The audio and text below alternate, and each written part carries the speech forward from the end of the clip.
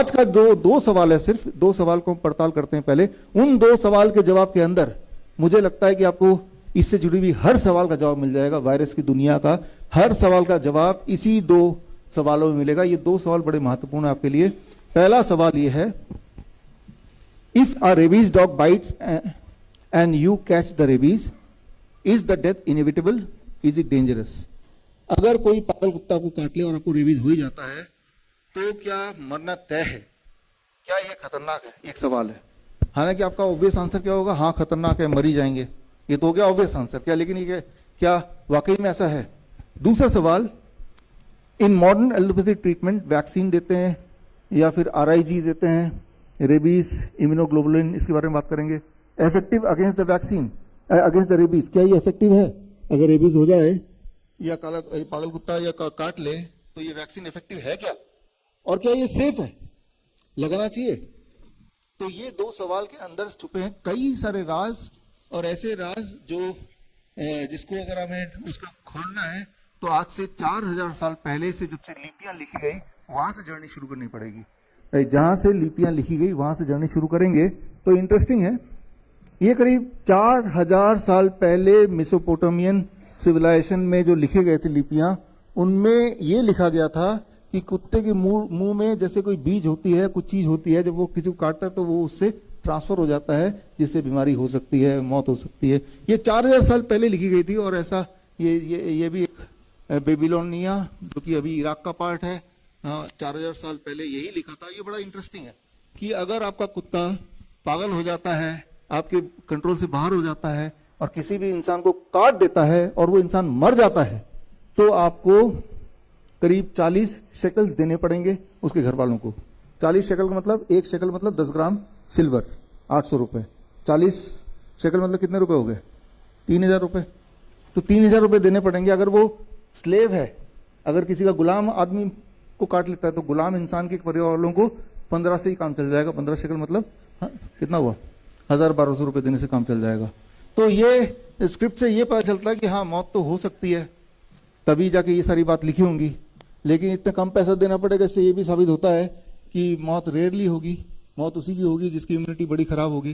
खैर, ये सारी सोच वाली बात है। 1000 साल पहले 865 to 925 AD के बीच में ये लिखा गया, जो टेक्स्ट आया कि the rabid dog does not know its owner, attack whatever it finds, mouth is open, tongue is out, eyes are red and other dog run away. कैसे पता लगेगा? इससे एक सवाल का जवाब मिल रहा है आपको कि ये जो कुत्ता है यह काटेगा तो हमें रेबीज हो जाएगा। तो उसके सिम्टम क्या होंगे, वो इससे आपको पता चल रहा है, जो आज भी वैलिड है। कि जब आप देखें कोई ऐसा कुत्ता जिसे बाकी कुत्ते भाग रहे हैं, आंखें लाल हैं, मुंह खुला हुआ है, टंग बाहर है और किसी कंट्रोल में नहीं आ रहा है, तो समझ लीजिए हो सकता है कि ये खतरनाक कुत्ता हो, उसके काटने से आपको रेबीज हो जाए। ये आज से 1000 साल पहले की जो नॉलेज है वो ये है, जो कि आज भी कंसिस्टेंट है। अब हम आज की बात कर लेते हैं। हमें वो दो सवालों के जवाब ढूंढने हैं। तो दो सवाल कौन से? अगर पागल कुत्ता काट ले तो क्या मरना तय है? दूसरा, ये वैक्सीन लगाने से कुछ बचाव हो सकता है? इन दोनों सवाल के जवाब के लिए आपको ले चलता है अमेज़न। ये आज की इस परिस्थिति है। अमेज़न अमेरिका में एक जगह है जहां पे लोग जंगलों में ऐसे ही रहते हैं, ट्राइबल लोग हैं, आप देख रहे हैं। और यहाँ पे बैट्स यानी चमगादड़ का इलाका है। याद रखिए, जो रेबीज है वो सिर्फ कुत्तों में नहीं होता, हर तरह के एनिमल में हो सकता है। हम कुत्तों के बारे में इसलिए बात कर रहे हैं कि हमारे आसपास चमगादड़ नहीं, हमारे आसपास शेर नहीं है, हमारे आसपास तो कुत्ते ही हैं और वही ज्यादा काटते हैं, उनको काटने की आदत भी है, इसलिए हम कुत्तों में बात करते हैं, इसलिए समाज कुत्तों में बात करता है। तो इस एरिया में चमगादड़ ज्यादा है। शेर भी काटेगा, उसके अंदर मुंह में भी वायरस हो सकता है, यही वाला, तो शेर के काटने से भी रेबीज हो सकता है। ठीक है ना? और ये सारी बातें जो बता रहा हूँ ये सूक्ष्म संहिता में लिखा हुआ है ऑलरेडी। तो कि शेर के काटने से या कुत्ते के काटने से, बिल्ली के काटने से, ऑल आर सेम। किसी के मुंह में भी ये सेम वायरस हो सकता है, लेकिन नॉर्मली हमारा वास्ता किसी शेर से पड़ने वाला है नहीं, इसलिए उस चक्कर में वो वाला पार्ट हटा दिया, ध्यान में नहीं है आप सबका। लेकिन it is not specific to the dogs only. तो यहाँ चमगादड़ होते हैं, इनका घर आप देख रहे हैं, इस प्रकार घर होता है जिसमें कोई भी चमगादड़ जब ये सो रहे होते हैं वो रात को उड़ के अंदर आ सकते हैं, उड़ के आते हैं और उनके सिर पे बैठते हैं, नाक में बैठते हैं, जहां बैठने का मौका मिला और उनके बॉडी से ब्लड सक करते हैं, उनका फूड है। और ऐसे में जो चमगादड़ के अंदर जो रेबीज है, जो कुत्ते के अंदर होता है, उनकी बॉडी में आ जाता है। तो और ऐसे कितने लोग बच्चों में आता है, कितने लोगों में आता है? लगभग 100%। मतलब सारे विलेज को, सबको एक एक बार, दो दो बार तो चमगादड़ ने काटा ही काटा है। और ये जब पाया कैसे, जब ये उनका टेस्ट किया गया, वो क्या टेस्ट है थोड़ा सा आपको समझा देता हूं। अब देखिए, मान लो ये एक रेबीज वायरस है, ये एक कुत्ता है, इसके मुंह में ये रेबीज वायरस है। ये कुत्ता अगर मुझे काटेगा तो ये जो रेबीज है, ये जो है, ये मेरे बॉडी में चला जाएगा। अब जब ये मेरे बॉडी में जाएगा, ये तीर यानी कि रेबीज, तो उस वक्त मेरा बॉडी इस तीर के मुताबिक अकॉर्डिंगली ढाल तैयार करेगी, जिसे एंटीबॉडी बोलते हैं। वो हर एक तीर के हिसाब से वो अलग अलग साइज का होगा, जो बॉडी खुद ही तैयार करेगी। तैयार कब करेगी? जब बॉडी को ऐसा कोई शक होगा, कोई ऐसा इस तरह का घुसपैठ आ गया है ना। ये ढाल एंटीबॉडी बॉडी तैयार करेगी, ये ढाल इसको रोकेगी, अंदर जाने नहीं देगी, इसको किल करेगी, खत्म करेगी, तो बात खत्म हो गई, ठीक है ना। तो और ये जो ढाल है, इसकी वजह से मैं बच जाऊंगा। अब ये ढाल जो है मेरे बॉडी में अगले 2-3 साल तक रहेगा, क्योंकि बॉडी समझता है कि ये हो सकता है कुत्ता दोबारा काटे या ऐसा कोई और कुत्ता काटे, जो परिस्थिति है, तो ढाल को बचा के रखता है कुछ समय के लिए। लेकिन कुछ समय में अगर दोबारा कोई कुत्ता नहीं काटता या रेबीज का वायरस नहीं आता, तो ढाल धीरे धीरे बॉडी से खत्म हो गया, अब नया नहीं बनाया। तो ये जरूरत पड़ने पे कौन सा ढाल कब काम आएगा, डिपेंड करता है कि किस तरह का ये वायरस है, किस तरह की तीर है। वो छोटा तीर है, बड़ा तीर है, मोटा है, जैसे रेबीज के भी 18 प्रकार बना दे, उस तरह से ढाल का डिजाइन बॉडी चेंज करता रहता है, यानी कि एंटीबॉडी चेंज होती रहती है। अब जब यहां की बात करेंगे हम,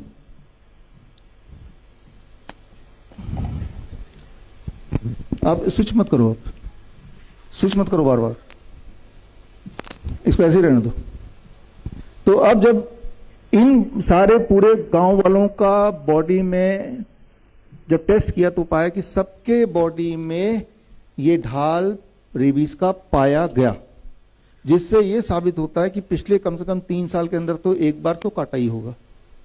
तो फिर उस पर लिटरेचर बहुत सारे आने शुरू हुए, और ये देखा गया कि इसका नाम दिया एबॉर्टिव रेबीज, कि बॉडी का नेचुरल इम्यूनिटी ने रेबीज को खत्म कर दिया, एबॉर्ट कर दिया, रेबीज के खतरे को खत्म कर दिया।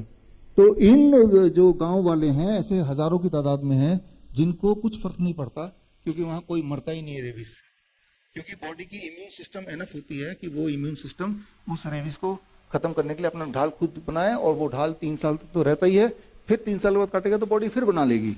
और वो ढाल बॉडी में है उन लोगों के, यानी कि एंटीबॉडी है, जिससे साबित होता है कि पिछले कुछ समय में उनको उनके बॉडी में रेबीज वायरस का अटैक हुआ है। तो इस पे पूरे दुनिया में हजारों लिटरेचर्स हैं, हजारों। ये कुछ मैं आपको दिखा रहा हूं, ये कि एबॉर्टिव रेबीज सेल्फ हीलिंग, यानी कि ये लोग वैक्सीन वगैरह तो कुछ लगाते नहीं है, लेकिन ये फिर भी जिंदा है। तो जिंदा कैसे हैं? क्योंकि बॉडी हील कर रही है, उसी का ये सबूत है। जो बातें मैं बता रहा हूं, ये सारी बातें, रिसर्च पेपर वगैरह, ये सारे स्लाइड्स अगर आपको देखने हैं, बाद में भी bishrup.com/medical superstition में जाएंगे, इस लिंक में जाएंगे, तो ये सारा सबूत आपको वहां देखने को मिलेंगे। बोलने का मतलब है कि ये सारा कुछ सिद्ध करना चाहते हैं, दोबारा तो देख सकते हैं। तो इस तरह ये साबित होता है कि अगर कुत्ता काटे, बॉडी में रेबीज गया, तो इंसान की बॉडी एंटीबॉडी बनाने के लिए सक्षम है, और इंसान मरेगा नहीं, वो ठीक ही रहेगा, बॉडी उसकी फाइट कर सकती है। और ऐसे ये सारे अलग अलग रिसर्च पेपर में दिखा रहा हूं उसको, ऐसे ये अलग अलग रिसर्च पेपर और आ गए, सारे नए नए हैं, ये और आ गए, ये तो ये और आ गए कि रेबीज इज नॉट डेडली, जैसा उसको प्रोजेक्ट किया गया कि इससे इंसान का मरना तय है, ऐसा नहीं है। और इस चीज को सपोर्ट करने के लिए जितने रिसर्च पेपर हो सकते हैं, उनमें से थोड़े से रिसर्च पेपर मैंने आपको अभी दिखाए। लेकिन ये रिसर्च पेपर अगर आप ChatGPT में ढूंढेंगे, गूगल में जाके ढूंढेंगे, तो मिलने नहीं वाले, जबकि ये तो रेफरेंस पेपर है ही है, किताबों में, जर्नल के अंदर दबे हुए हैं, छुपे हुए हैं। इनमें से कुछ रीसेंट भी हैं, कुछ 5 साल पुराने हैं, कुछ 10 साल पुराने हैं, है पिछले 20-30 साल के अधिकतर रिसर्च पेपर, लेकिन है लेजिटिमेट जर्नल्स के, लैंसेट के हैं, प्लॉस के हैं, BMJ के हैं। लेकिन ये गूगल में नहीं दिखाई देंगे, वो पकड़ेगा नहीं इसको, क्योंकि वो पकड़ेगा तो उसको ये भी बताना पड़ेगा कि इंसान मरता नहीं, जब रेबीज से काटता है तो मरता नहीं, क्योंकि इंसान के अंदर खुद की भी एक हीलिंग पावर होती है, उसी से वो ठीक होता है। तो पहला सवाल जो आपका है कि रेबीज का अगर काट ले, रेबीज हो जाए तो क्या हम मर जाएंगे? द आंसर इज नो, जरूरी नहीं, आप नहीं मरेंगे। चांसेस है कि आप नहीं मरेंगे, क्योंकि ये जितना डेडली बताया गया उतना डेडली है नहीं। और ये वो लोग हैं जिनको काटा था, जिन लोगों ने इसके बाद कुछ नहीं कराया, बस खून साफ कर दिया, हो गया काम, उतने में ही वो ठीक है। और ये लगातार है। तो जो एक मिसकंसेप्शन दिमाग में बढ़ा कि रेबीज हमारे लिए डेडली ही है, बल्कि कुछ लोगों के लिए तो रेबीज फायदेमंद भी पाया गया। ये देखा गया कि जिनको रेबीज के कुत्ते ने काटा उसके बाद उनकी सेक्सुअल पावर बढ़ गई। अब आप में से कुछ लोग ढूंढेंगे कहाँ कुत्ता रेबीज का है ना। तो खैर इस बारे में, इस मुद्दे पे हम बात नहीं करेंगे, इसको कभी और बात करेंगे। लेकिन क्योंकि हम रेबीज की बात कर रहे हैं, तो याद रखिए जो कोई वायरस होता है उसके लिए आपकी बॉडी आपका घर है ना। तो अपनी घर को वो डिस्ट्रॉय नहीं करना चाहेगा, वायरस की ये प्रवृत्ति नहीं होती है। लेकिन अगर आपने उसके बाद कुछ उल्टा सीधा क्या किया, उस पर आते हैं कि आपने रेबीज का वैक्सीन लगाया। तो अब रेबीज का वैक्सीन लगाने के बाद आपके बॉडी के अंदर जो वायरस घुस गया है वो और ज्यादा एग्रेसिव हो सकता है।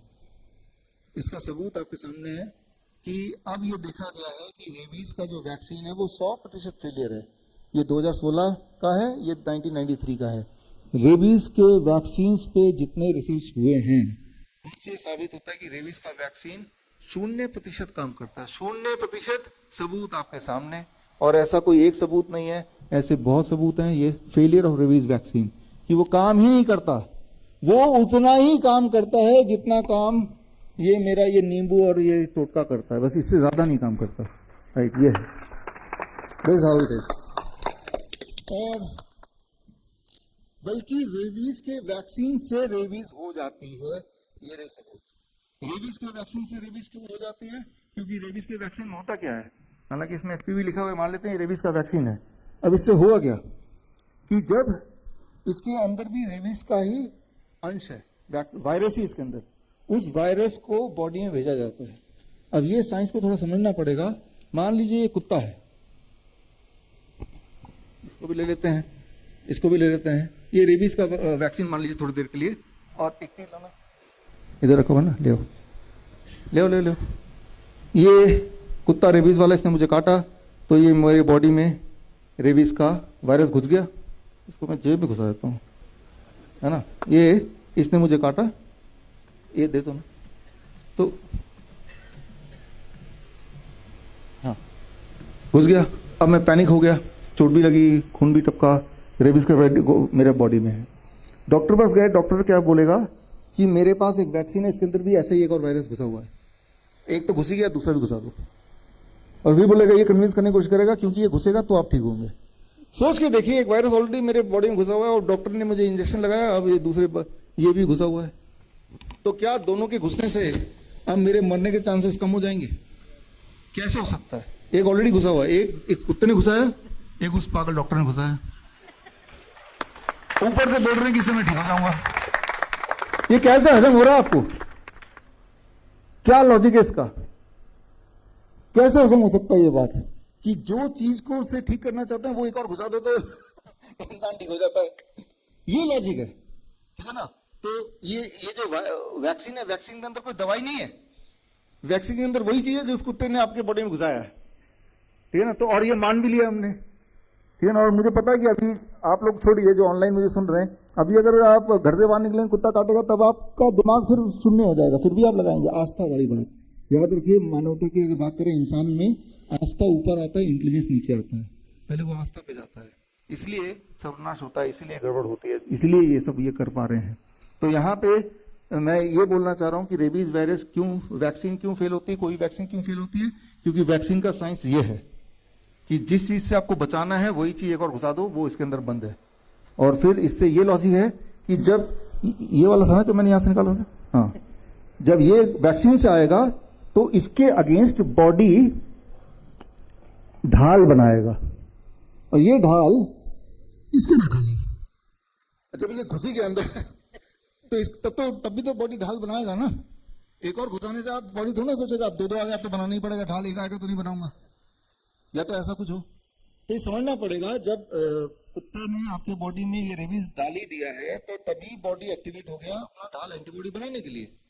एक और एडिशनली एक और अगर हम वायरस डाल देंगे तो उससे बॉडी की स्पीड ढाल बनाने की बढ़ेगी नहीं, उल्टा अब बॉडी में ज्यादा वायरल लोड है, जिससे बॉडी को इस सिचुएशन से बाहर निकालने के लिए और मुश्किल हो जाएगी। और ऊपर से ये बात है कि इस रेबीज वैक्सीन के अंदर, फॉर दैट मैटर किसी वैक्सीन के अंदर ऐसे कई सारे केमिकल्स होते हैं, मर्क्यूरी होता है, एल्युमिनियम होता है, बहुत सारे एनिमल प्रोटीन होते हैं, जैसे सुअर का मीट, गाय का मीट होता है, जो बॉडी ऑटोइम्यून रिएक्शन क्रिएट करता है। यानी कि अभी तो मेरा बॉडी सिर्फ वायरस से लड़ रहा था, अब इसके अंदर दिए गए जो पॉइजन है उससे भी लड़ना पड़ रहा है। और अब जब इंसान मर जाएगा तो बोलेंगे कि वैक्सीन लगाने में देरी कर दी इसने। आपने सुना होगा कि वैक्सीन लगाया और फिर मर गया, अरे तो वैक्सीन लगाने में देरी कर दी, 4 डोज लगाने थे 2 ही डोज लगाए, कोई ना कोई बहाना मारेंगे, है ना। तो ये लेकिन सच ये है जो आपको यहाँ पे दिखाई दे रहा है, ले जाओ, कि फेलियर ऑफ रेबीज वैक्सीन जब भी इन पे ट्रायल किए गए तो उसमें ये साबित हुआ है। और ये 1-2 ट्रायल नहीं है, ट्रायल पे ट्रायल है, राइट, रिसर्च पे रिसर्च पेपर्स हैं, पुराने हैं, नए हैं, आपके आंखों के सामने, कि रेबीज की वैक्सीन जो है वही रेबीज बना देती है। मान लो ये कुत्ता है, इस कुत्ते ने मुझे काटा और इसके मुंह में ये रेबीज का वायरस है ही नहीं इसके मुंह में। अब मैं डॉक्टर से चला गया तो डॉक्टर क्या करेगा, वैक्सीन डाल देगा। तो कुत्ते की वजह से वायरस मेरी बॉडी में नहीं आया, वो पागल डॉक्टर की वजह से मेरे बॉडी में वायरस आ गया, समझ रहे हैं आप। तो कुत्ते ने नुकसान नहीं पहुंचाया, नुकसान आप पहुंचेगा जब वो वैक्सीन ले चुके होंगे। इसको थोड़ा इधर लिख दो, ये वैक्सीन के मॉडल इधर। तो ये समझना पड़ेगा लॉजिकली कि वैक्सीन बहुत ज्यादा आगे में, ये थोड़ा इधर रख दो, कुत्ते के पास रख दो, उस तरफ। ये समझना पड़ेगा आपको कि जब अब इंसान मरेगा तो हो सकता है, अधिकतर चांस है कि कुत्ते के मुंह में वो वायरस हो ही नहीं। लेकिन आप तो घबराए हुए, और मैंने तो आपको बताया था कि इंसान जब डर जाता है तो उसे लूटना आसान हो जाता है। तब तो वो डरा दिया तो हॉस्पिटल छत से कूद सकता है, या अपने पिताजी की लाश हॉस्पिटल पड़ा है तो पड़े रहने दे सकता है, कुछ भी कर सकता है। नौकरी छूट गई, मास्क लगा के घर पे दुबक के बैठ सकता है, या 2 पॉइजन जानते हुए भी लगा सकता है। इंसान को डरा देना चाहिए, तो वो डर का व्यापार है।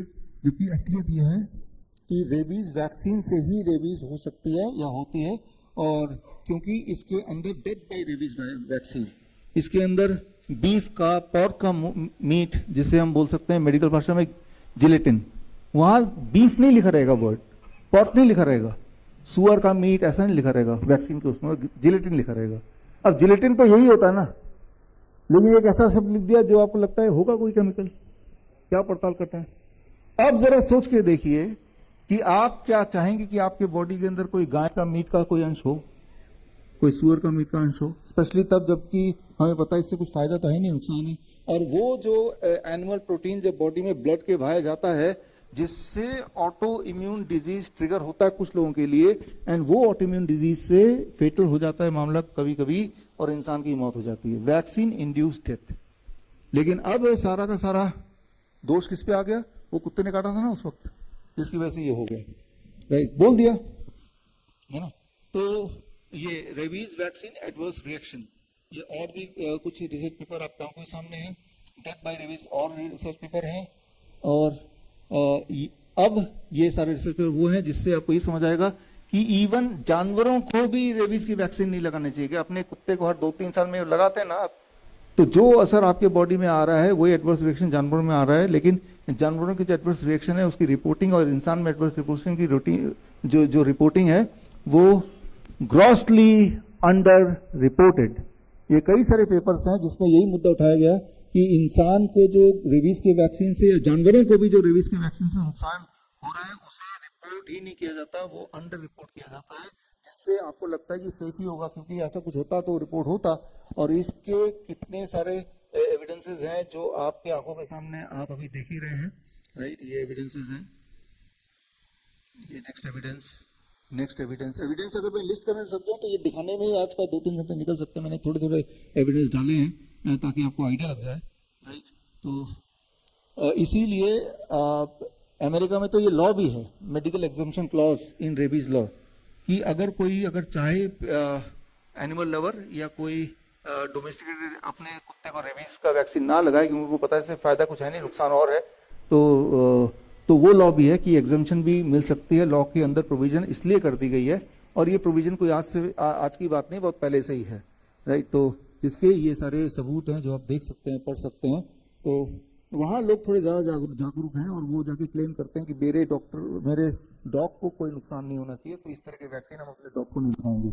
उस तरह के वैक्सीन लगाएंगे तो डॉग को तो फायदा नहीं, नुकसान है। और तब भी अब क्या है कि ये डॉग है, इसके बॉडी में रेबीज अभी फिलहाल नहीं है, मैं रेबीज का वायरस वैक्सीन लगा दूंगा तो रेबीज की बॉडी में गया कि नहीं गया? चला गया ना। अब ये जब काटेगा तो ये जो काटेगा, वो जो रेबीज जो मेरे बॉडी में आ रहा है वो इसके बॉडी से, वो ओरिजिनली कहाँ से आया था? वो यहाँ से आया था। आप ये आपका टॉमी है, डॉक्टर पास ले गए, डॉक्टर रेबीज का वैक्सीन लगाओ, डॉक्टर ने ये वैक्सीन लिया और ये रेबीज इसके बॉडी में ले लिया। आप इस डॉग को लेके आए घर पे, तो आप कौन से वाले डॉग को लेके आए? रेबीज वाले डॉग को लेके आए घर पे, राइट। और आप सोच रहे हैं कि प्रोटेक्शन मिल जाएगा। अब जब ये काटेगा तो इसके मुंह से रेबीज का जो वायरस आपकी बॉडी में जाएगा, वो पहले ओरिजिनली नहीं था, लेकिन आप ही डॉक्टर की दुकान से अपने इसके बॉडी में डलवा के लाए हैं। और अब भी आप सोचते हैं कि भाई डॉग कुत्ते को तो लगाना ही चाहिए वैक्सीन, ठीक है ना। तो ये इस साइंस को समझना होगा। तो अब यहाँ पे जब ये बात पोल खुलने लगी कि वैक्सीन, रेबीज के वैक्सीन से कोई फायदा नहीं, नुकसान ही नुकसान है, ये जब पोल खुलने लगी तो फिर एक नई मुहिम छेड़ दी, एक नया स्कीम आ गया। और वो स्कीम आ गया कि वैक्सीन के साथ साथ RIG भी लगाना पड़ेगा, तभी इंसान बचेगा। RIG मतलब रेबीज इम्यूनोग्लोबुलिन की वैक्सीन। तो आप वो लगाओ, वैक्सीन लगाने से बॉडी में क्या आया? रेबीज वायरस आया, ठीक है ना। लेकिन आप ऐसा करो, एक और इंजेक्शन लगाओ, ये ढाल भी आप बाहर से अंदर ले लो, इसे कहते हैं एंटीबॉडी। रेबीज इम्यूनोग्लोबुलिन मतलब एंटीबॉडी। ये एंटीबॉडी किसका होता है? घोड़े का होता है, कि घोड़े के बॉडी से एंटीबॉडी इकट्ठा कर लिया, इंजेक्शन में डाल लिया, और ये घोड़े का एंटीबॉडी आपके बॉडी में घुसा दिया, और वैक्सीन से वायरस भी घुसा दिया। तो ये वायरस वैक्सीन से आया और एंटीबॉडी घोड़े से आ गया। ये दोनों बॉडी के अंदर है। हम सोच रहे हैं ये दोनों मिलके आपस में हमारी बॉडी को ठीक कर देंगे, यही सोच है ना। सोच तो यही है, डॉक्टर तो यही बोल रहे हैं कि ये वायरस वैक्सीन से मैं डाल दूंगा, और एंटीबॉडी का एक और इंजेक्शन है, ये घोड़े का बॉडी से लिया है, ये भी आपकी बॉडी में डाल दूंगा। अब ये प्रोटेक्ट करेगा आपको वायरस को आगे बढ़ने से। ये थ्योरी है जो कि अभी 2009 का ये मैनुअल है, मैनुअल ऑफ रेबीज इम्यूनोग्लोबुलिन, जो कि यहाँ पे रिलीज की गई देश में 2009 में। यानी कि वैक्सीन लगाओ, साथ में ये ढाल भी लगा दो। यानी कि पहले तो फिर भी वैक्सीन से उतना नुकसान नहीं होता, थोड़ा बहुत चांसेस है बच जाने के। अब तो ये ढाल भी अंदर चला गया, तो अब तो अंदर तांडव भी होने वाला है, घोड़े का। वो भी सोच के देखिए, आपके खुद का नहीं है, घोड़े का है, ठीक है ना। तो मतलब फिर हम सोचते हैं कि भाई ये साइंस है। तो यहाँ पे एक बात समझनी पड़ेगी, ये बात सारे वायरस के लिए या सारे इन्फेक्शन एजेंट के लिए, कि जब भी कभी कोई इन्फेक्शन बॉडी में जाता है, उस इन्फेक्शन के अकॉर्डिंग आपका बॉडी एक एंटीबॉडी बनाता है। क्लियर है ना। वो एंटीबॉडी, ये ढाल है, वो ढाल का जो डिजाइन है वो उस वायरस से स्पेसिफिक होता है, उसी के लिए बनता है, थोड़े दिनों के लिए बनता है। वो बॉडी अपने सूझबूझ से बनाता है, लेकिन वो तभी बनाएगा बॉडी जब बॉडी को कोई चैलेंज करेगा, उस तरह का इन्फेक्शन बॉडी में आएगा, तभी बनाएगा। और कहां बनाएगा? बॉडी के हर हिस्से में बनाएगा, जहां भी उसकी जरूरत है वहां बनाएगा। अब ये घोड़े का एंटीबॉडी अगर बॉडी में चला भी गया तो कहां से गया? ब्लड से गया ना। ब्लड से गया तो बॉडी, पूरे बॉडी में घोड़े का एंटीबॉडी घूम रहा है, राइट। मान लेते हैं ये आपको ठीक कर देगा, या ये एंटीबॉडी वैसे काम करेगा जैसे हमारी बॉडी की खुद की एंटीबॉडी काम कर, मान लेते हैं। लेकिन एक और बात आपको पता है कि हमारा जो सेंट्रल नर्वस सिस्टम है, CNS, यहाँ पे एक ब्लड ब्रेन बैरियर होता है, पता है ना। हमारे जो ऑटिज्म वाले जो स्टूडेंट्स हैं उनको पता होगा, ब्लड ब्रेन बैरियर है। और ब्लड ब्रेन बैरियर की वजह से हमारे ब्रेन के अंदर बॉडी में सर्कुलेट होने वाली एंटीबॉडी एंटर नहीं कर सकती। क्लियर है बात? यानी लेकिन वायरस एंटर कर सकता है, रेबीज का वायरस। तो रेबीज का वायरस तो आपके ब्रेन में घुस गया, लेकिन रेबीज के लिए जो डॉक्टर ने घोड़े का एंटीबॉडी डाला वो तो ब्लड ब्रेन बैरियर ने रोक दिया। यानी कि ये हुआ कि ये एंटीबॉडी काम ही नहीं करेगी। वैसे भी रेबीज का वायरस जो है वो ब्रेन में ही ज्यादा जाके अटैक करता है, और ब्रेन में ये घुस नहीं सकता, ठीक है ना। तो इसीलिए ये जो RIG है, जो पिछले 10 सालों में ज़्यादा भारत में फैलाया गया, हालांकि अभी भी 10% जगह पे, फॉर्चुनेटली बहुत कम जगह पे है, इसलिए बहुत कम लोगों को इसका नुकसान है, अवेलेबल ही नहीं है। तो यहाँ पे ये समझना पड़ेगा, ये थोड़ा साइंटिफिक बात है कि हमारा जो सेंट्रल नर्वस सिस्टम है, अगर वहां पे रेबीज का वायरस या किसी कोई वायरस जाएगा, कोई भी इन्फेक्शन जाएगा, तो हमारा सेंट्रल नर्वस सिस्टम का अपना इम्यून सिस्टम सक्षम है उसी वक्त वहां पे ही एंटीबॉडी बनाने के लिए सक्षम है, तो क्योंकि वहां पे किसी और बॉडी के एंटीबॉडी को जाने की इजाजत नहीं है। ये बात समझना पड़ेगा, और ये बात समझने के लिए आपको ये रिसर्च पेपर पढ़ना पड़ेगा, ठीक है ना। तो अभी तक हमने ये समझा कि भाई हमारी बॉडी, दो बात हमने थोड़ी थोड़ी समझने की कोशिश की कि रेबीज अगर आपकी बॉडी में आ गया तो जरूरी नहीं कि आप मर ही जाएंगे, और ऐसे हजारों एग्जाम्पल्स हैं देश दुनिया के, लोगों को मौत नहीं आती, ये बढ़ा चढ़ा के बोला जाता है, उतना डेडली है नहीं। लेकिन हाँ, आपने अगर वैक्सीन लगा लिया, RIG लगा लिया, तो आपके मरने के चांस बढ़ जाएंगे। अब आता है जो अभी तक का जो ट्रेडिशन है, इस हॉल से बाहर निकल के किसी से पूछिए कि वैक्सीन लगाना चाहिए कि नहीं, वो क्या बोलेगा? कुत्ते ने काट लिया सर, क्या करूं? वो क्या बोलेगा? जाओ भाग के अभी वैक्सीन लगा, ये बोलेगा ना। क्यों बोलेगा? उसे लगता है कि इससे इफेक्टिव है। इफेक्टिव क्यों लगता है? क्योंकि ये साइंस है, साइंस ही बता गया ना वैक्सीन। साइंस क्या होता है, इफेक्टिवनेस का डेफिनेशन क्या है, साइंस के हिसाब से वो डेफिनेशन ये है कि अगर ये आपने कोई वैक्सीन बनाया और आपको ये साबित करना है, या दवाई बनाई है और आपको ये साबित करना है कि ये दवाई वाकई में कारगर है किसी भी एक बीमारी के लिए, किसी भी एक इन्फेक्शन के लिए, तो उसके नियम ये रहे कि कम से कम 25 एनिमल्स पे या इंसान पे वो ट्रायल होना चाहिए। एक्सपेरिमेंटल ग्रुप जिसमें वो नई दवाई होगी, कंट्रोल ग्रुप जिसमें कोई दवाई नहीं होगी, और जो एक्सपेरिमेंटल ग्रुप है,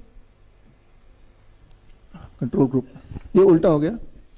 एक्सपेरिमेंटल ग्रुप में कम मृत्यु होनी चाहिए और कंट्रोल ग्रुप में ज्यादा मृत्यु होनी चाहिए। एक्सपेरिमेंटल ग्रुप में 15% से कम मृत्यु होनी चाहिए और कंट्रोल ग्रुप में 80% से ज्यादा मृत्यु होनी चाहिए। मतलब कि मान लो ये दो ग्रुप हैं, मैंने एक नया वैक्सीन बना दिया और मैं आपको बोलता हूं कि भाई ये वैक्सीन आपको वायरस से बचाएगी, तो एक ग्रुप को, दोनों ग्रुप को एक ही तरह की बीमारी है, तो इस वाले ग्रुप में 25 लोग होने चाहिए, इसमें कम से कम 25 लोग होने चाहिए, और जिसमें कुछ भी इंटरवेंशन नहीं किया उसमें ज्यादा लोग मरने चाहिए, 80% से भी, और जिसमें इंटरवेंशन किया, मैंने नई दवाई ट्राई की, उसमें 15% से कम लोग मारे जाने चाहिए, और ये पूरा ट्रायल कम से कम 90 दिन का होना चाहिए। अगर ये सारे कंडीशन हमने फुलफिल किए तभी ये अप्रूवल, तभी माना जाएगा सही मायने में कि हाँ ये वैक्सीन या ये दवाई कारगर है। लेकिन क्या ऐसे ट्रायल हुए हैं? क्या पूरे दुनिया में जब से भी ये रेबीज वैक्सीन आया है एक भी ऐसा ट्रायल हुआ है? एक भी ट्रायल नहीं हुआ। सुन के आपको शॉकिंग लग रहा है कि इतना बोला जाता है वैक्सीन लगाओ, वैक्सीन लगाओ, टीका लगाओ, टीका लगाओ, कुत्ते ने काट लिया, हमें लगता है ट्रायल तो हुए ही होंगे ना, तभी तो उसका प्रूफ किया होगा ना। जबकि सच्चाई है कि एक भी ट्रायल नहीं हुए हैं, सिर्फ एक ट्रायल हुआ है, और ये ट्रायल भी कब हुआ है? इसका 2016। जबकि ये टीका कब से सुन रहे हैं? जब से मैं कहता हूं तब से मैं सुन रहा हूं। कुत्ता काटेगा तो आपको टीका लगाना, पेट में लगाना पड़ेगा, चौथा इंजेक्शन लगाना पड़ेगा, बचपन सुन रहे हो। जबकि इसका ट्रायल इस तरह का एक भी नहीं हुआ। एक हुआ वो आपकी आंखों के सामने है, और इस ट्रायल में सभी को, ये चूहों पे हुआ, और एक कंट्रोल ग्रुप में 7 चूहे थे, जो कि 25 से कम आंकड़ा है, और इनको भी रेबीज का वायरस इनके बॉडी में घुसा दिया। और फिर जो एक्सपेरिमेंटल ग्रुप है जिसमें RIG और वैक्सीन, राइट, इसमें 10 चूहे थे, इनके बॉडी में पहले वायरस डाल दिया। अब जो कंट्रोल ग्रुप है, यानी कि जिनको कोई दवाई नहीं देनी है, उनको दवाई की जगह सलाइन दे दिया गया, और जो एक्सपेरिमेंटल ग्रुप है उनमें वैक्सीन और RIG दे दिया गया, है ना। अब देखा गया कि देखते हैं जिनको हमने कोई ट्रीटमेंट नहीं दिया उन चूहों में कितनी डेथ होती है, और जिनको हमने वैक्सीन भी दे दिया, ये ढाल भी दे दिया, उनमें कितनों की मौत होती है, ये देखना है, ठीक है ना। तो यहां पे 0 डे, यानी कि पहले दिन उनको बॉडी में वायरस डाला गया, डे 1 में उनको या तो वैक्सीन दिया गया या कुछ नहीं दिया गया, जो कंट्रोल ग्रुप है। अब तीसरे दिन फिर सलाइन दिया गया या वैक्सीन दिया गया, और 35 दिन का ट्रायल था ये, 34 डेज, नॉट 35 डेज। तो 35 दिन बाद ये देखना था कि जो कंट्रोल ग्रुप जिनको कुछ नहीं दिया गया उनमें कितने चूहे बच गए कुछ नहीं देने के बाद भी, और जिनको सब कुछ दिया गया उनमें कितने चूहे बच गए कब देखना था? 35 दिन के बाद। 35 दिन में उन सारे चूहों को मार दिया गया। ये सोच के क्यों मारा गया उसका यहां पे रेफरेंस आप देखेंगे, पढ़िए इसको। The researcher euthanized them by cervical dislocation because mice at that stage are predicted to die within 24 hours of rabies infection। कि उनको ये लगा कि 24 घंटे के बाद तो ये मर ही जाएंगे, कंट्रोल ग्रुप वाले जिनको कुछ नहीं दीजिए अभी मार देते हैं। ये इनकी एक्सप्लेनेशन है। जबकि होना ये चाहिए कि उनको नेचुरल डेथ होती है क्या वायरस की वजह से वो अपने आप मरते हैं क्या? इस तरह का ट्रायल नहीं हुआ। ट्रायल में खुद ही मरने से पहले ये जरूर है कि कोई वायरस आएगा तो बीमार पड़ेंगे, लेकिन ये जरूरी नहीं कि उससे मौत हो जाएगी। तो इस ट्रायल को आप पढ़ेंगे, ये बड़ा ही रेपुटेड जर्नल है, प्लॉस में आया है। तो इस जर्नल के अगर आप हेडिंग को पढ़ेंगे तो लगेगा कि वैक्सीन से फायदा है, लेकिन अंदर घुस के पढ़ेंगे तो ये पाया जाएगा, हेडिंग में पढ़ेंगे तो ये आ जाएगा कि भाई जो कंट्रोल ग्रुप के सारे चूहे मर गए और जो वैक्सीन वाले ग्रुप के कोई चूहे मरे नहीं। लेकिन अंदर घुस के पढ़ेंगे तो आएगा कि मरे कहीं के कोई चूहे नहीं, बस बाद में 34th डे में डिसाइड किया कि हम इसको मार देते हैं।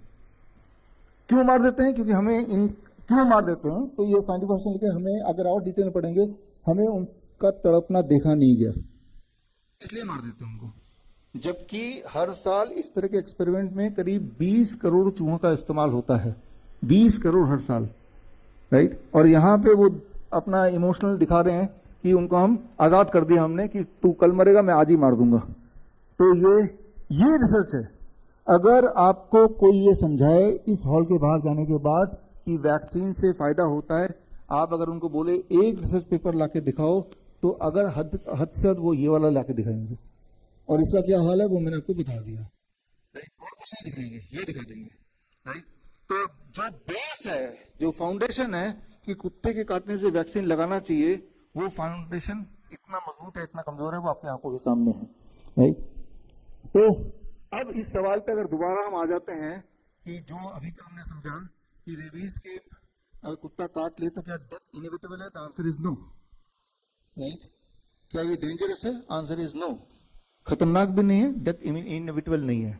वैसे तो देखा जाए तो कोई साइकिल से गिर के भी मरते ही है, कभी कोई अपने अखबार में पढ़ा होगा, वो एक तुक्के वाली बात है, राइट। लेकिन अपने आप में जितना खतरनाक इसको प्रोजेक्ट किया उतना खतरनाक नहीं है, ताई इसमें डेथ हो ही जाएगी ऐसा भी नहीं है। और दूसरे सवाल का जवाब, क्या वैक्सीन और आरआईजी इफेक्टिव है? The answer is no. कुछ नहीं करेगा। क्या ये सेफ है? The answer is no. Safe नहीं है, ये डेंजरस है। उल्टा आपका चांसेस मरने के, बीमार पड़ने के अधिक हो जाएंगे अगर आपने वैक्सीन लगाया था तो ये अभी तक का है। तो अब आपके दिमाग में तीसरा सवाल आ रहा होगा, तो अगर कुत्ता काट ले तो करें क्या? ये तो पता चल गया क्या नहीं करें, लेकिन अब ये पता करना कि हम करें क्या। तो इस पे आने के लिए पहले ये समझ लेते हैं कुत्ता काटेगा तो होगा क्या। कुत्ता काटेगा तो 2 तरह की बीमारियां होंगी। एक तो बोलते हैं एनसाइफेलाइटिस। एनसाइफेलाइटिस का मतलब होता है ब्रेन में इन्फ्लेमेशन। ब्रेन में इन्फ्लेमेशन होने से जो चीज आपको हो सकती है वो सारी आपको दिक्कतें होंगी। और दूसरा पैरालिटिक सिम्टम, आपकी बॉडी के मांसपेशियां काम करने बंद जाए, अगर कम कर दें या बंद हो जाए तो क्या होगा? आप ठीक से बोल नहीं पाएंगे, हाथ से उठा नहीं पाएंगे, आप चल नहीं पाएंगे, आप इधर उधर मुड़ नहीं पाएंगे। तो ये 2 तरह के सिम्टम हो सकते हैं। ऐसे नहीं कि हमेशा होंगे, लेकिन ये 2 कैटेगरी है। तो ब्रेन में अटैक करेगा या आपके मसल्स में स्पैजम हो जाएगा, उसमें अटैक करेगा। अधिकतर लोगों को ब्रेन में ही होता है, जिनको होता है, हर एक को होता भी नहीं है। और उसमें फीवर हो सकता है, हेडेक हो सकता है, एंजाइटी हो सकती है, इरिटेबिलिटी हो सकती है, कंफ्यूजन हो सकता है, हेलुसिनेशन हो सकता है, हाइड्रोफोबिया हो सकता है। हाइड्रोफोबिया का मतलब पानी से डर, यही मतलब हुआ ना इसका। एक्चुअली वो पानी से डरते नहीं है। अब स्पाज्म है, कुछ भी निकल नहीं पा रहे हैं और निकलने के लिए कुछ दे रहे हैं, और जब निकल नहीं पा रहे हैं तो दर्द हो रहा है, तो कुछ भी खाने पीने से डरते हैं। लेकिन हाइड्रोफोबिया वर्ड इसलिए यूज किया गया क्योंकि पहले के जमाने में ये इसी चीज को यूज करते थे, जो एंशिएंट टेक्स्ट में आपको दिखाता हूं। तो आप प्रचलन में है कि पानी से डरने लगता है, कि अगर सामने पानी रख दिया तो वो घबरा के भौंकेगा। ऐसा नहीं है। कोई भी चीज खाने पीने से उसको दर्द होता है तो उस दर्द से उसको डर लगता है, इसलिए वो खाने को पीने को दूर रखता है। तो समझना पड़ेगा, नाम भले ही हाइड्रोफोबिया है, बट लिटरल मीनिंग ऐसा नहीं कि वो पानी देखेगा तो वो डर जाएगा, ऐसा नहीं है।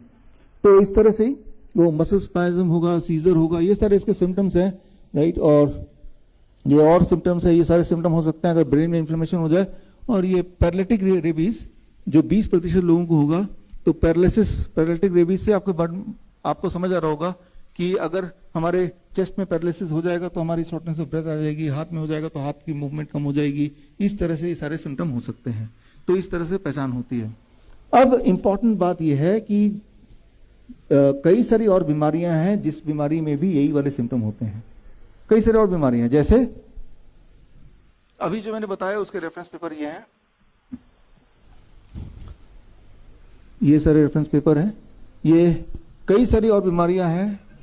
एनसेफेलिटिस अपने आप में एक बीमारी है, गुलियन बेरी सिंड्रोम अपने आप में बीमारी है, एक्यूट साइकोसिस बीमारी है। अगर किसी का सोडियम लेवल बहुत हाई लो हो जाए या फिर थायराइड का डिसऑर्डर काफी हद तक चला जाए, विटामिन B12 की डेफिशिएंसी हो जाए, अगर इनमें से कोई बीमारी होगी तो भी वही वाले सिम्टम होंगे जो सिम्टम अभी आपने रेबीज के लिए देखे हैं। क्लियर होगी बात, है ना? तो जब रेबीज किसी को बोलते हैं इसको तो कुत्ते ने काटा था, अब ये इसको रेबीज हो गया, तो उसके लिए कोई डायग्नोस्टिक नहीं है इन बिटवीन। आधार क्या है? उससे पूछेंगे क्या कभी अपने आपको पास में कुत्ते ने काटा था? कोई बोलेगा 10 साल पहले काटा था। डॉक्टर बोल देगा वही वो जो कुत्ते ने काटा था ना, उसकी वजह से आज रेबीज हो गया। ऐसे होता ना कि आपके दिमाग में ये इमेज है कि एक बार रेबीज बॉडी में घुस गया तो वो 10 साल बाद भी जग सकता है, सो गया होगा। जबकि असलियत क्या है कि कुत्ता तो हम में से सभी को इंक्लूडिंग मी कभी ना कभी काटा ही होगा। और कभी अगर हमें कोई और बीमारी हो जाती है और ये सिम्टम देख के और डॉक्टर को पता चल जाता है कि 10 साल पहले 20 साल पहले उसको कुत्ते ने काटा था, तो क्विकली दोनों को रिलेट कर देगा, क्योंकि इसके बीच की कोई डायग्नोसिस है नहीं। भारत में बीच में डायग्नोसिस नहीं कि टेस्ट करके बताएंगे कि रेबीज का वायरस है कि नहीं है, क्योंकि रेबीज का वायरस होगा तो कहाँ होगा? Central nervous system. वहां पे आपका कोई भी चीज सिरिंज वगैरह कुछ पहुंचेगा नहीं। वो तो तभी वो टेस्ट हो पाएगा जब उस इंसान को मार दिया जाएगा, तब वो फ्लूइड निकलेगा, तभी जाके टेस्ट होगा। तो आधार क्या है? सिम्टम। लेकिन ये वाले सिम्टम तो और बीमारियों के भी है। तो मान लो आपके पास कोई थायराइड का पेशेंट आ जाता है और तब भी यही वाले सिम्टम होंगे, और आप पूछें, वो बोलेगा हाँ बचपन में एक बार खरोंचा तो था, अरे ये उसी का है, तो इसे बोलते हैं सुपरस्टिशन। जबकि असली बात यह है कि no evidence of latent infection, कि ऐसा कोई सबूत अभी तक नहीं है जिससे यह साबित होता हो कि वायरस आपके बॉडी में लंबे समय तक सो गया है। जो भी होना होगा 1 हफ्ते में होकर निपट जाएगा। अगर तो सिम्टम आने तो 1 हफ्ते में आ जाएंगे, और सिम्टम नहीं भी आने तो भी 1 हफ्ते में निपट गया, अब खेल खत्म। तो यहां पे ये समझना पड़ेगा, जो एक इंपॉर्टेंट मैसेज है कि अगर आपको कुत्ते ने काटा, जो मरना जीना जो भी उस कुत्ते की वजह से हुआ वो 1 हफ्ते में निपट जाएगा।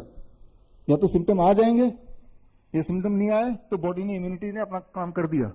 सिम्टम आ गए तो भी बॉडी की इम्यूनिटी काम कर रही है। ये जो एक सुपरस्टिशन बोलूंगा कि कुत्ते ने, राइट, जो भी होना तभी होगा या नहीं होगा, 1 हफ्ते का खेल है। तो अब करना क्या, इस पे हम आ रहे हैं कि जो मैंने अभी बताया उसके एविडेंसेस आप यहां पे देख सकते हैं। Now the thing is what to do now, अगला करना क्या है। तो 7 डेज एंटी रेबीज प्रोटोकॉल। अगर आज के बाद किसी कुत्ते ने काटा, मान लो पागल कुत्ता ही ने काट लिया, तो अब इसके अभी आप लोग बाहर जाएंगे, और बाहर भी मैं 2-4 कुत्ते को घूमते हुए देख ही रहा था अभी, उनमें से कोई अगर काट ले तो क्या करेंगे आप? अभी स्टेप बाय स्टेप सबूतों के साथ, जिससे आपका बचाव और अच्छे से हो जाएगा। सबसे पहले जो सबसे इंपॉर्टेंट बात है, immediately washing the wound with water. फटाफट जितनी जल्दी उसे पानी से धो अच्छी तरह से।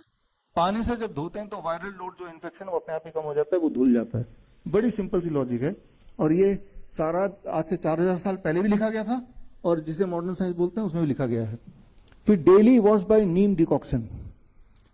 नीम डिकॉक्शन क्या है? नीम के पत्ते का रस भी नहीं, नीम के पत्ते को लिया, उसको आपने पानी में उबाला, उबालने के बाद उसका डिकॉक्शन बनेगा। आप एक बार इसको ले आए ताकि आपको एक बार समझा दे, क्योंकि जब हम डर जाते हैं तो हमारी होश उड़ जाते हैं फिर, इसलिए उसको अच्छे से देखिए, इसको समझिए। और उसके बाद अगर वो ज्यादा खून वगैरह निकल रहा है तो नीम का लेप and paste application on the wound, वो सब लगाया जाएगा। तो इसको यहां पे रख दो, फटाफट लेके आओ, यहाँ रख दो, ठीक है। तो मान लेते हैं स्टेप 1, इमेजिन कीजिए आपके कुत्ते ने पैर में काट लिया। पहला स्टेप क्या करेंगे? वॉश कर दिया। अब अगला स्टेप क्या करेंगे? नीम डिकॉक्शन। थोड़ा आप बता दो। नीम डिकॉक्शन के लिए हमें दो चीजों की जरूरत है। एक तो पानी करीबन 2 लीटर और नीम के पत्ते। नीम के पत्तों की जो क्वांटिटी है वो करीबन 30 से 40 ग्राम है। तो आप देख सकते हैं 30 से 40 ग्राम करीबन इतनी क्वांटिटी होती है। अब आप इसको अच्छे से वॉश कर लें और अब आपने पानी को बॉईल करने के लिए रखना है और बॉईल करते वक्त इनको जो वॉश करा हुआ है इसको अच्छे से क्रश कर लें हाथ से और पानी में उबालने के लिए डाल दें। अब पानी को तब तक उबालें जब तक कि वो 1/4 ना हो जाए। दैट मीन्स कि ये 2 लीटर जो पानी है जिसे आप देख सकते हैं उसको इतना उबालना है कि वो 1/4 हो जाए, यानी कि 500 ml। तो जब आप इतना उबालेंगे तो करीबन कम से कम आपको 10 से 15 मिनट लगेंगे और जब आप डिकॉक्शन लेंगे तो करीबन इतना पानी आपको मिलेगा और यही पानी आपको वहां पे अप्लाई करना है वूंड वॉशिंग के लिए। तो इसका जो टेम्परेचर है वो अप्रोक्सीमेटली 40 to 42 डिग्री होना चाहिए ताकि वो जो वॉश है वो अच्छे से हो सके। अभी आपने देखा कि ये वार्म वॉश, नीम डिकॉक्शन जब वो गर्म हो वार्म हो तब उसको उससे धोना है। दैट इज यहाँ पे स्टेप 1 की बात कर रहे हैं। अब आता है स्टेप 2, नीम का लेप लगाना, नीम का पेस्ट जहां पे घाव है वहां पे बर्नॉल या ये आजकल जो लगाते हैं वो ना लगा के जो प्रूवन साइंस है वो नीम का लेप लगाना। लेप कैसे बनाएंगे? नीम लेप के लिए आपको करीबन 20 से 30 ग्राम नीम लीव्स की जरूरत है, जो कि इतनी क्वांटिटी होगी। इस प्लेट में आप देख सकते हैं। अब इसको अच्छे से वॉश करना है आपने और वॉश करके आपने इसको अब ग्राइंड करना है। आप खल में भी कर सकते हैं या फिर मिक्सी में भी कर सकते हैं। और जब आप ग्राइंड करेंगे तो उसमें आपको पानी की जरूरत होगी। तो यानी 1 चम्मच या 2 चम्मच आप बार बार पानी डालते रहें और एक फाइन पेस्ट आपको मिलेगा, जैसे कि ये आपको वूंड में अप्लाई करना है।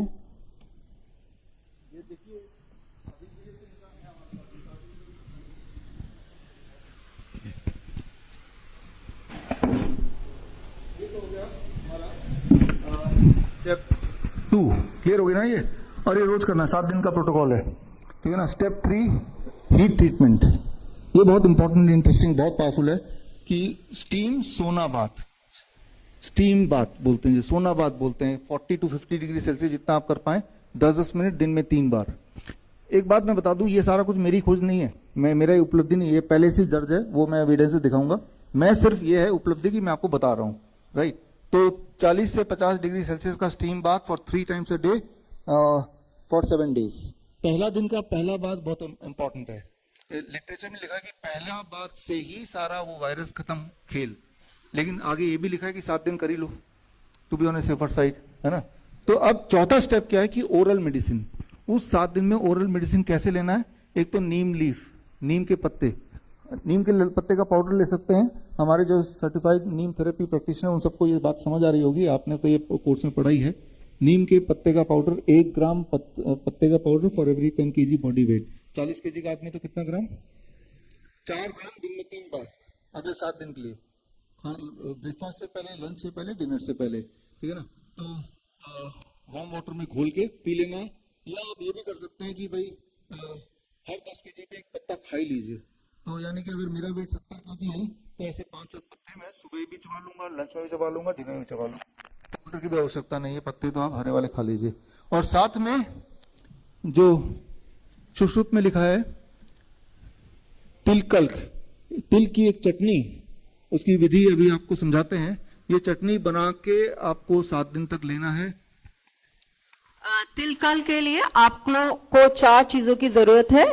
सबसे पहले तिल, काले तिल, और तिल का तेल, और ये गुड़, और लास्ट इंग्रेडिएंट है अर्क, अर्क का दूध। अब इनकी क्वांटिटी को देख लेते हैं। ये हमने तिलक बना रखा है। तिल को थोड़ा सा रोस्ट करके और पानी के साथ पीस कर हमने ये एक तिल की चटनी बना ली है। अब इसमें हमें तिल का जो तेल है वो करीबन हम लोग डालेंगे 2 चम्मच 10 ml के करीब।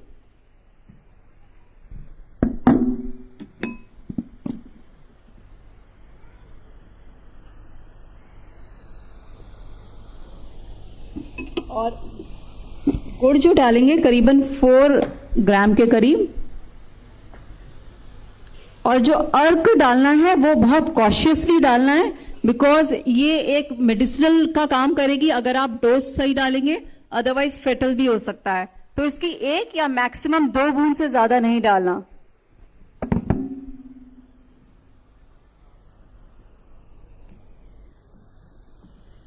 देख सकते हैं कि इसकी बूंद वो निकल रहा है करीबन 1 बूंद। 1 बूंद करीब तो निकल ही गया है, एक और बूंद निकाल ही देते हैं।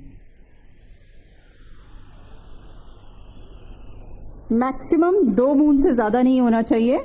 और अब इसको बहुत अच्छे से मिक्स करना है। ये बड़ा टेस्टी सा चटनी बन गया है, कोई ट्राई करना चाहेगा अभी? जरूरी नहीं कि कुत्ता काटे तभी खाना है इसको, ऐसे भी खा सकते हैं। ये बन गया। कौन कौन ट्राई करना चाहता है आप में से? है कोई? आइए आइए,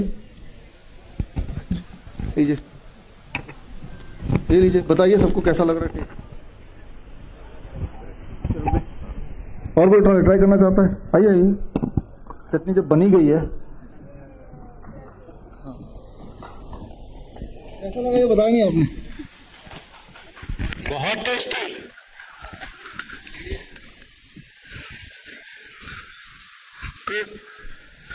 इसको ले जाओ। तो यहां पे आपने देखा स्टेप 4 में कि क्या आपको करना है, इसकी दवाई कैसे बनानी है, इसके रेफरेंस में आपको देने वाला हूं। और स्टेप 5 वाटर फास्टिंग, मतलब 3 दिन के लिए खाना पीना बंद, सिर्फ पानी पी के रहना है। और उसके बाद 4 से 7 दिन के लिए फ्रूट्स एंड वेजिटेबल्स पे रहना है। जैसे DIP diet minus plate two हम बोलते हैं, रॉ डीआईपी डाइट जिसे बोलते हैं। सीआईएम के स्टूडेंट्स सारे एविडेंसेस जानते हैं इसके।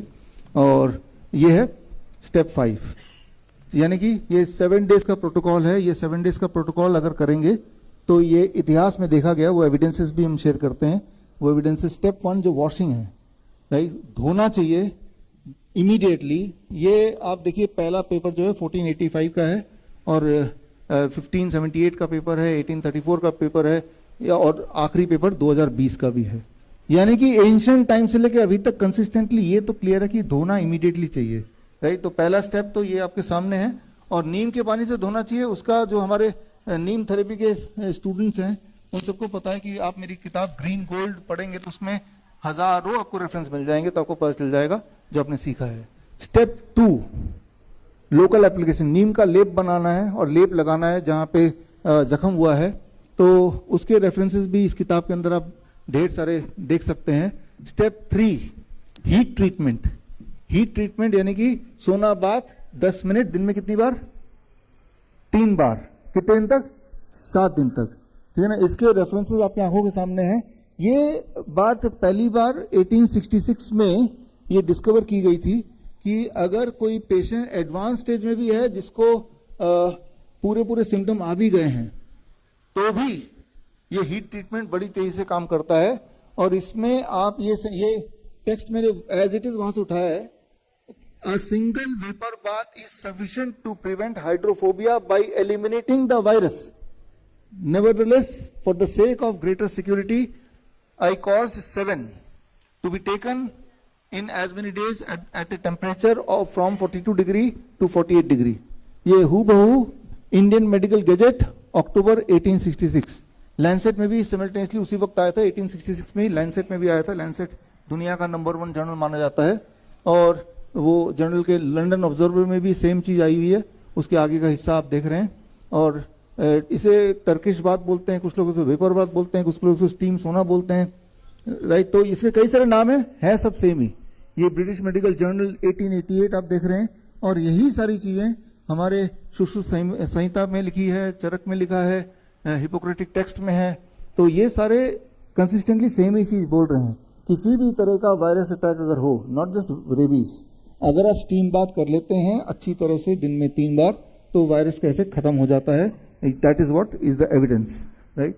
तो अब चौथा एविडेंस जो स्टेप है ओरल मेडिकेशन, ग्रीन लीफ का सेवन और तिल का चटनी।